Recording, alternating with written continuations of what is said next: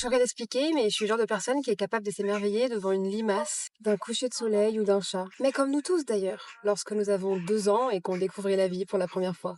Alors aujourd'hui, je te ramène à ton âme d'enfant. Assumons d'aimer ces petites choses qui nous entourent, car c'est comme ça qu'on vit pleinement, avec pour seul bonheur le moment présent. Ordinary girl in a complicated world. I know, I try. Trying to live the life I want to live.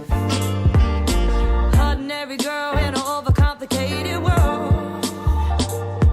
Oh, I'm a diamond in the rough. Ce moment présent. On en entend beaucoup parler en ce moment. Et ça paraît si simple dans la bouche des gens. Évidemment, ce n'est pas si simple. Mais on oublie vite que le temps n'est qu'une invention. Qu'une façon d'essayer de contrôler une vie pourtant incontrôlable. Et ce temps, pourtant si précieux et difficile à gérer. Pour moi, la première d'ailleurs. Sauf que je suis quelqu'un, malgré mon impatience, qui aime voir la beauté du monde qui nous entoure. Ce n'est évidemment pas toujours le cas. Avant cette nouvelle vie, je passais beaucoup trop de temps à courir. Courir, m'acheter le premier truc à la mode. Courir, visiter les 4 coins du monde en un temps record. Courir, regarder des séries sous la couette en une soirée. Courir pour ne pas être trop en retard en cours. Courir pour être à l'heure au boulot, sans jamais apprécier le moindre rayon de soleil. Et puis, ma vie s'est arrêtée net. Et j'ai recommencé à prendre le temps. Le temps d'admirer toutes ces petites choses merveilleuses qui m'entourent. Et j'ai passé du temps, beaucoup de temps, au jardin des plantes. Et j'ai trouvé des amis. Fanfan et Grisou. Révérence. Et nous avons Minou. J'ai commencé à remarquer chaque détail de ma ville, de la beauté de certains balcons, que sortir de chez soi seul ne fait pas si peur, en tout cas pas à Montpellier. Et j'ai découvert des petites boutiques incroyables. J'ai découvert des nouvelles passions, de nouvelles façons d'apprécier le monde dans lequel je vis. Malgré l'actualité très sombre, je ne me suis pas laissée envahir par la noirceur, car j'ai appris à voir du bonheur dans l'infiniment petit. Et surtout, dans moi-même. Parce que oui, pour la première fois en 25 ans, j'ai appris à m'aimer. Et pas seulement physiquement. Aimer la personne que je suis. Me souvenir de tous les mots qu'un tas de gens ont utilisés à mon sujet depuis ces 25 dernières années. Et me les approprier à ma façon, dans ma vision. Voir le monde d'un œil nouveau a littéralement changé ma vie. Et c'est pour ça qu'il est important de prendre ce temps. Quelquefois pour faire une pause. Dans un parc, sur une place, en tout cas loin de ton quotidien angoissant, afin d'admirer ce qui t'entoure et toi-même. Bon, je suis toujours aussi aigrie, de temps en temps, trop souvent. Mais faisons de notre mieux pour trouver un peu de joie chaque jour, même pour seulement quelques minutes, histoire d'habituer notre cerveau à ce sentiment assez spécial finalement. Et tu sais quoi? Retrouvons cette âme d'enfant insouciante qui nous manque cruellement en ce moment. Allez, je t'emmène dans les petites choses qui m'ont émerveillée cette semaine de Blue Monday. Parce que oui, cette semaine d'hiver tombait sur le 3e lundi du mois de janvier, soit le jour le plus déprimant de l'année, selon une prétendue étude scientifique parue en 2005, ce qui a donc été nommé le Blue Monday. Et pour éviter de trop déprimer, allons découvrir ces merveilles ensemble. La première chose qui m'a émerveillée cette semaine, c'est un livre. C'est ce livre dont tout le monde parle en ce moment sur les réseaux sociaux, et vraiment, je suis choquée. Je n'ai jamais lu un livre de ma vie aussi rapidement. C'est un thriller psychologique, aussi captivant qu'intriguant, rempli de suspense. Je suis toujours aussi choquée de cette fin d'histoire que j'ai déjà achetée. Le deuxième est évidemment déjà commencé. Je m'empêche de le lire aussi vite parce que j'ai envie d'en profiter pour l'emmener en voyage et je peux pas amener trop de choses en voyage, donc un seul livre suffira. Mais je suis choquée de la façon dont ce livre... je sais pas. C'est la première fois dans ma vie que je lis un livre aussi rapidement. Voilà, c'est tout. Donc foncez, vous pouvez l'acheter, il est incroyable. Voilà, c'est la fin du livre est dingue. C'est tout ce que j'ai à dire.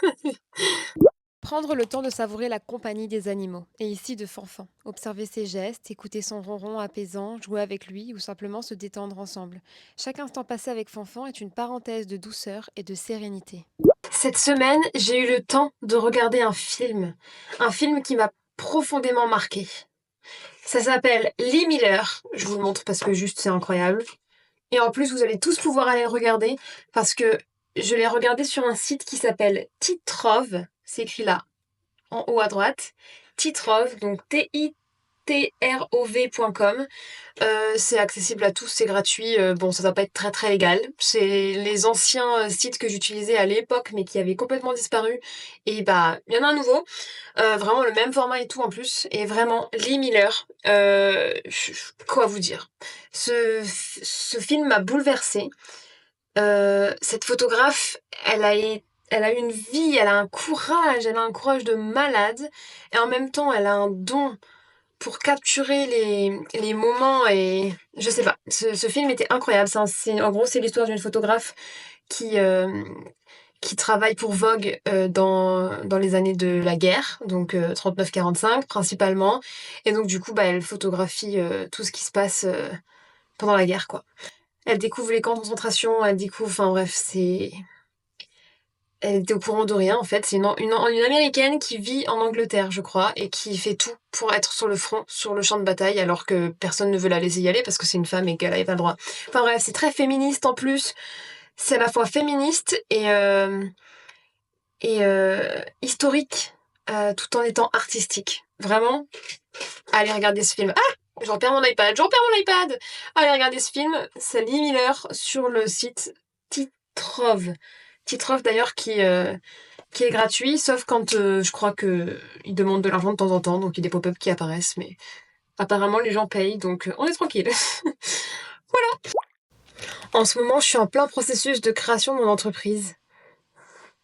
Je viens de prononcer cette phrase. Création de mon entreprise. Je suis juste émerveillée parce que ça a toujours été mon plus grand rêve et pour la première fois de ma vie, je touche ça du bout de mes doigts. J'ai toujours demandé de l'indépendance. Depuis toujours, je rêve de créer des choses.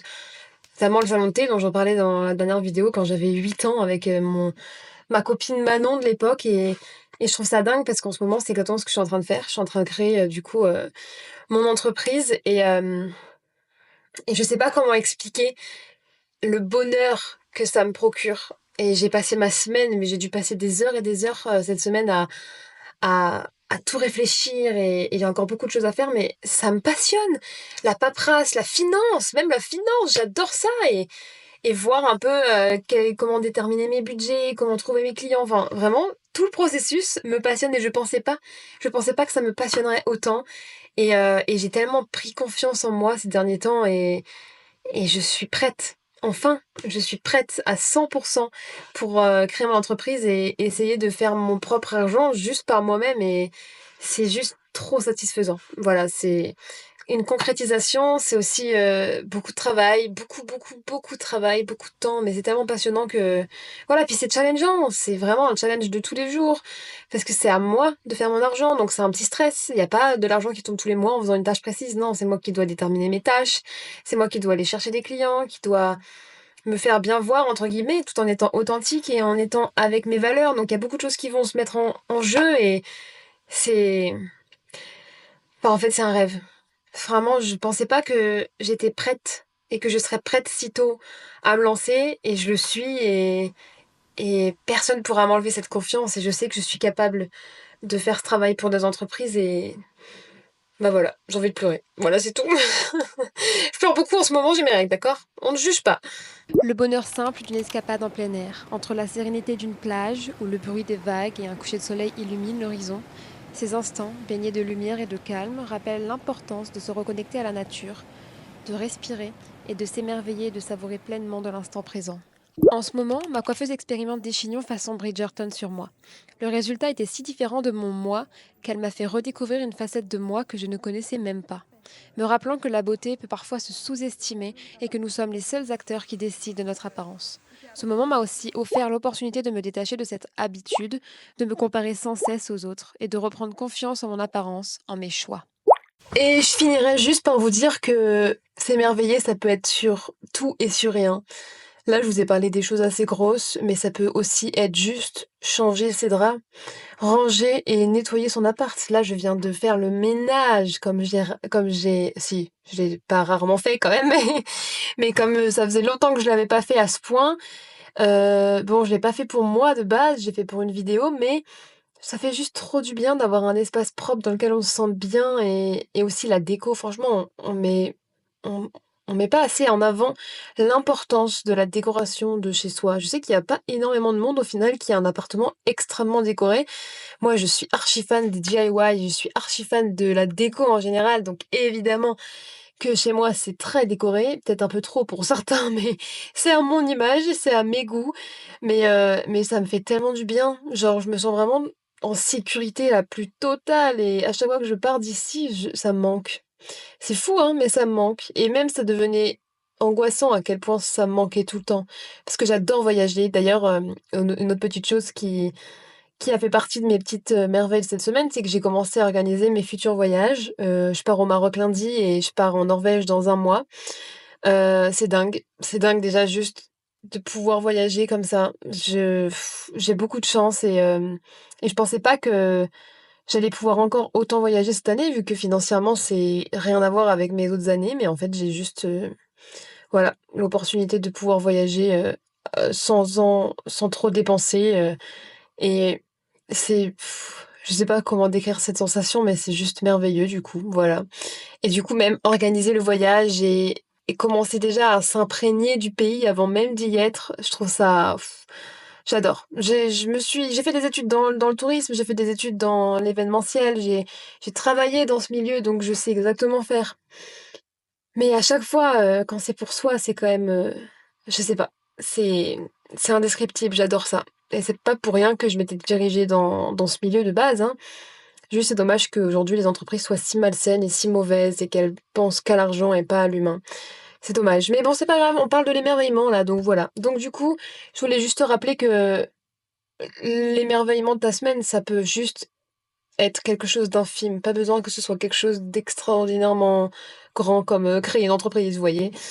Il faut juste voir le positif quand il est là et pas se focaliser sur le négatif.